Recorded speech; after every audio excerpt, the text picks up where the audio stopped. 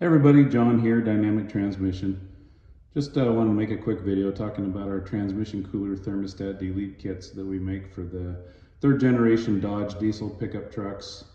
It's just a quick little simple kit that replaces the transmission cooler thermostat up front, in the front of the truck behind the intercooler. They're notorious for sticking and causing all kinds of cooling issues. This is just a little kit that deletes that.